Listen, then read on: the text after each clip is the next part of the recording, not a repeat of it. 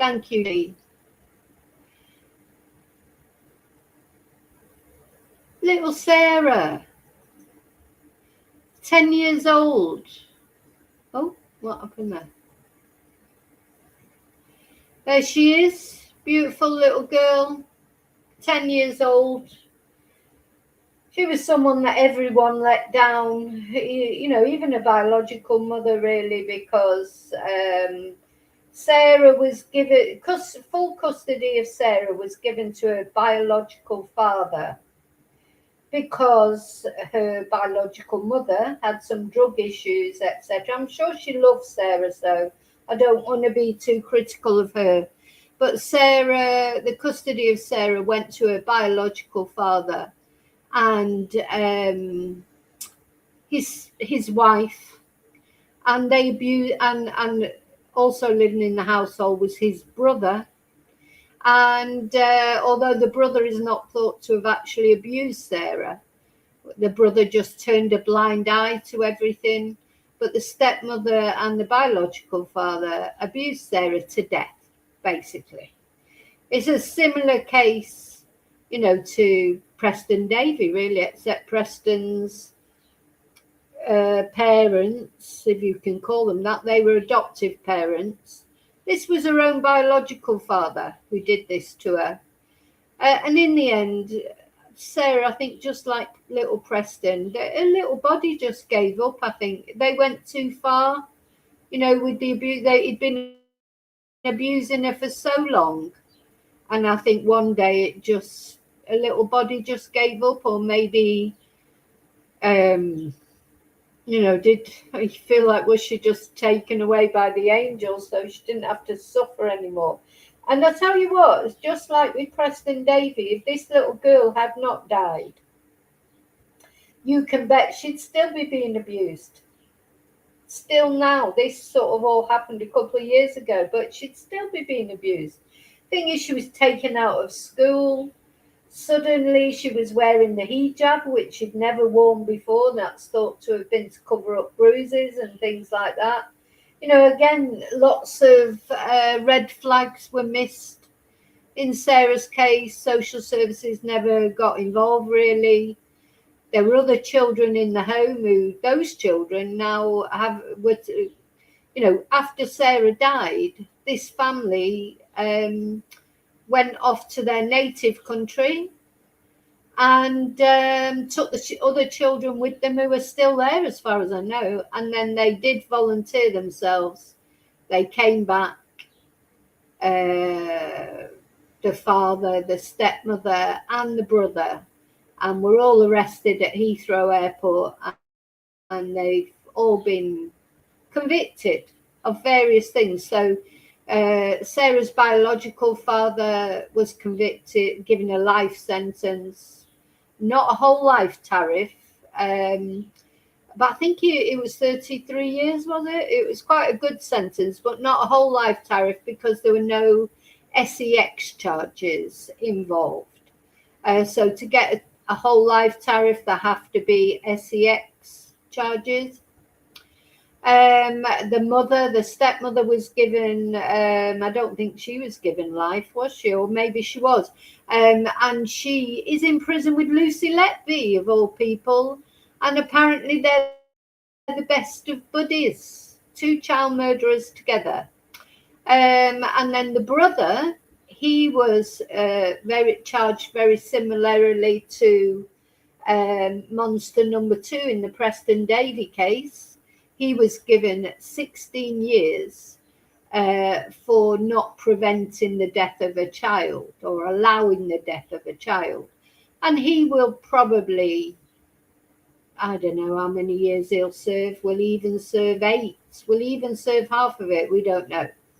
But the reason that Sarah's case is back in the news, because, yeah, so as much as I love looking at pictures of Sarah, you know, beautiful little girl, and she should never be forgotten, you know, we don't want to really keep talking about those twonks who did what they did to Sarah. You know, best thing is that they're just forgotten, isn't it? And, you know, the father, the biological father, Sarah's biological father, been attacked in prison by a tuna can lid, apparently. He's been moved now to a different prison because of it, where apparently he's being protected by the other Muslim prisoners. You know, but he'll have to be looking over his shoulder all the time. But it's the mother, it's the stepmother that's kicking off a bit of a fuss about this inquest. So I don't really understand. Maybe some of you, one of you in the chat understands this better. I don't understand why they're having an inquest now. Why would there be an inquest now after these twants have actually been convicted? Does anybody know any better about that? Anyway, I'll see if I can find out. But I don't really know why this would be coming up. But let's read the article, and then maybe it will illuminate us. Oh, it says it can't capture my screen. Why can't it capture my screen?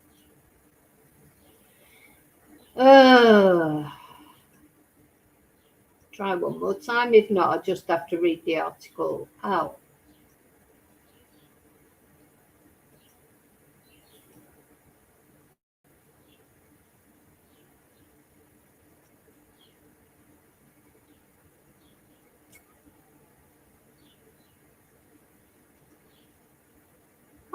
Yeah, now it has. There you go. So there she is. Beautiful Sarah, frozen in time at 10 years old. This again was one, just like the Preston Davy case, one horrible, and even worse, I think, because it was Sarah's own biological father. I'm not going to go through all the things that happened to Sarah, but there are things, I don't know how she stood it for as long as she did, her little body, because it was just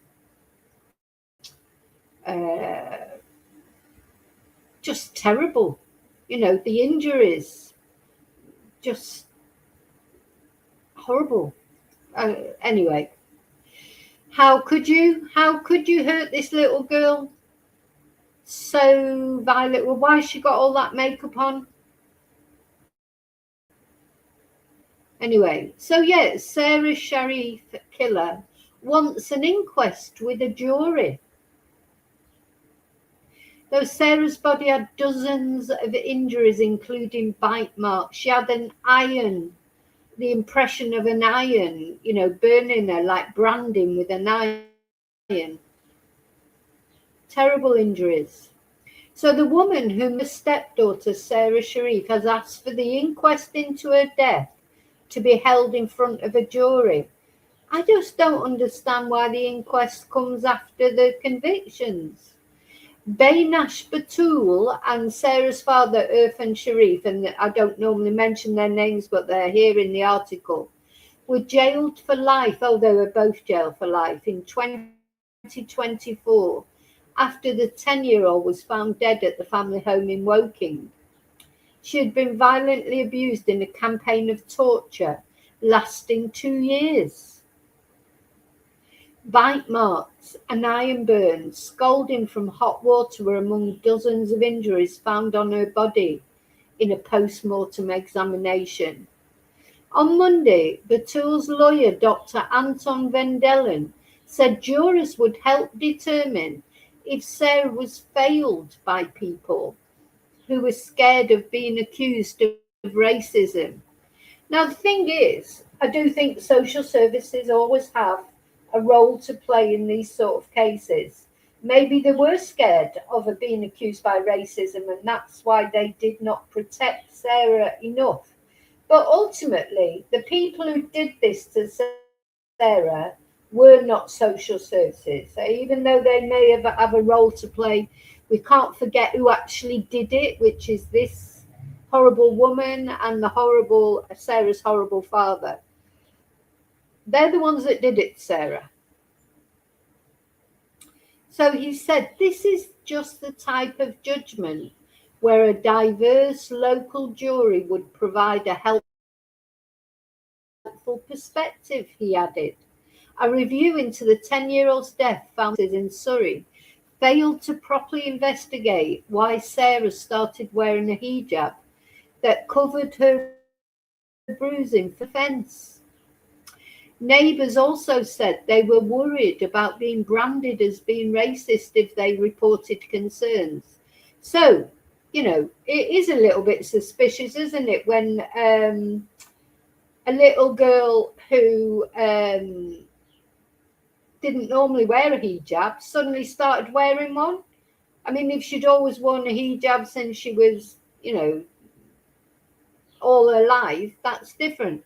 But suddenly, and look, every photo you ever see of Sarah, she's always smiling. It's heartbreaking. It's so heartbreaking. All that smiling, smiling, smiling, and everything that was going on at home. Also, she was writing things about how fantastic her family was. A lot of abused children, they think their families are fantastic because they don't know any different. It's horrible. It's so horrible. So traumatic. So there's going to be an 8-week inquest which will examine what state agencies knew or should have known about Sarah's safety in the run-up to her murder. Surrey County Council has previously apologised for what happened. Apologies don't really cut it, do they? And said it had taken robust action to address earlier findings. Sarah's father and stepmother both attended the hearing via video links from prison, and Senior Coroner for Surrey, Richard Travers, said he would consider holding the inquest with a jury at the next hearing. Well, I don't know what real is, but if that horrible stepmother wants a jury, I'd feel like saying, no, why should she get what she wants? And why does she want a jury? What difference does it make? She's been given a life sentence for murdering this little girl. Anyway, let's just watch this video of Sarah, and I may start crying, I feel like crying now. So Sarah made this little video of playing the guitar. She loved singing, she loved playing the guitar, and she dreamed of being on the X Factor.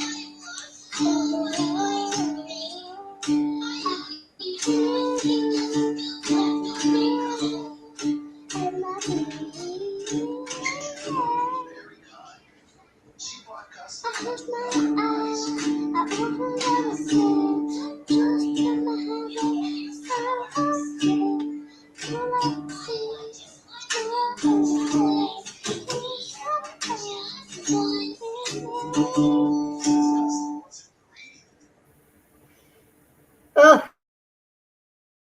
gosh, so nobody knew the pain she was hiding, and there she is.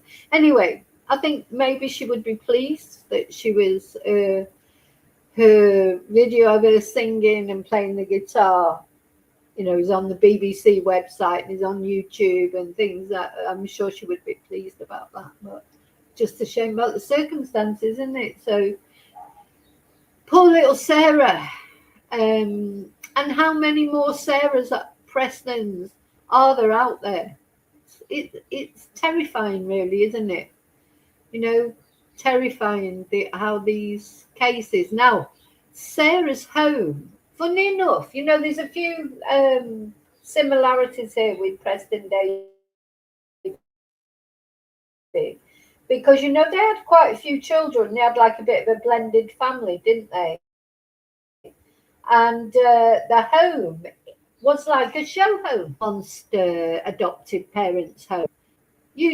That's almost, when social services go into houses and they probably say, um, "Oh yeah, the home was really well cared for." That I think that's a red flag, personally. If you go into a home where children are, especially a lot of children, like in this home, and it's spotless, and look at that suite there. It looks like it's been polished within an inch of its life. That's not normal. I'm not saying you should go into, if you go into a home and it's a total disaster and dirty, and I'm not talking about that. Homes where children live should look lived in. Children, I only had one, and you couldn't keep the house, spotless all the time. I cleaning from the minute I got up to the minute I went to bed, because not, and we had dogs as well. So if you've got, I only had one child. You know what they're like. They sort of cause a mess over in one side of the room, and when you go to clear that up, they go move to another side of the room and clear that up, or they go up into the room and make a mess. When I say a mess, toys everywhere, those kind of things, not necessarily a dirty mess. But this is not normal for a home where children live to be so perfect. The same with Preston Davies' parents, wasn't it? The show home. All the toys were just for effect, just for, they were just for, when they took Preston, oh yeah, he had this fidget spinner and with this and the toys this and the toys that. They were just to go on their Instagram thing to just show what brilliant adoptive parents they were. I doubt very much that Preston was just, when the cameras were not rolling, he was probably, just put in a corner somewhere where he couldn't make a mess. And of course, Preston, he was vomiting a lot, wasn't he? Well, I'm not surprised because of what they were doing to him. Anyway, so yeah, I just wanted to make that comment. I think when I was also thinking about like Ruby Frankie as well over in Arizona, in America, their home was a show home, despite the fact there were children living there, because the children were locked away in panic rooms, just put in rooms, and they weren't allowed in the main part of the house. So I think that's definitely a red flag. If you're social workers who go around someone's home, yeah, okay, it shouldn't be dirty and all that, but I think it should be quite messy if you've got children, shouldn't it? Isn't that normal? I don't know. You let me know if you've had children. Was your home as clean and perfect as this? And of course, hi, Miss Lee. Hi, Sarah. I'm just hi, David. Just making sure I missed anyone coming in. I felt like somebody else came in earlier that I missed. I like to say hello to everybody. I think it was Miss Lee. Kelly, did I say hello to you? Hi, Kelly. Anyway, if I did miss you coming in and saying hello, just say hello again and then I'll remember. So yeah, poor little Sarah. We won't forget her, but I don't really like talking about her horrible parents. So Batul said she wants to give evidence at the inquest. Why does she want to give evidence at the inquest? These people have got no shame, have they? She's murdered her stepdaughter. You think, just beg for forgiveness and shut up.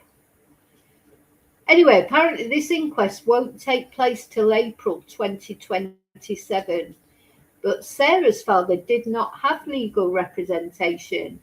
and at one point began criticising evidence his former partner wished to submit. So it seems like they've fallen out a little bit. That's good. And the coroner told him, this is not a retrial. We are not going behind any findings that were made by the criminal court. I am not interested in the comments you have to make on any documents. So, oh, thank you, Sarah.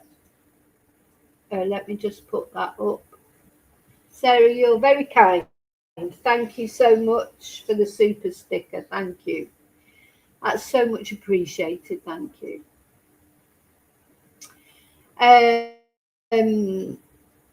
Yeah, so it's not a retrial, but then I'm not sure what it's for. Is anybody any of the wiser on that? So an inquest, this might be to decide whether any action should be taken against the social services, is it? So Sarah's uncle Faisal Malik, he was found guilty of causing or allowing Sarah's death in jail for 16 years. So that's a little bit like Monster 2, isn't it, in the Preston Davy case. So I just wanted to let you know about that, because this is a case we followed. We all got involved in Sarah's case. It's just hard to show. Oh, Sarah, don't be silly. Thank you so much. No, I appreciate it. Thank you. Again, before I finish this part of the video and go on to talk about Anne's killer, I just want to see Sarah again.